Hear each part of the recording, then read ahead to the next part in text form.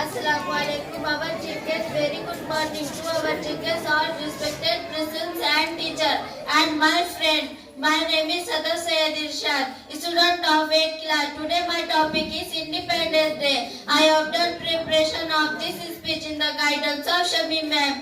Today India is celebrating 75th Independence Day. Every year on 15 August 1947, Jawaharlal Nehru became the Indian first Prime Minister to raise the national flag at the Red Fort near Delhi's Lahore Gate by unfurling the national flag and singing national anthem. Students, teachers, parents and other individuals come together to celebrate Independence Day. The color in our flag represent different things. Saffron signifies peace and truth.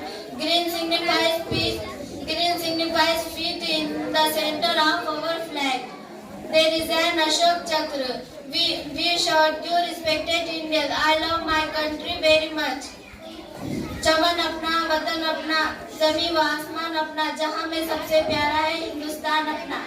Thank you.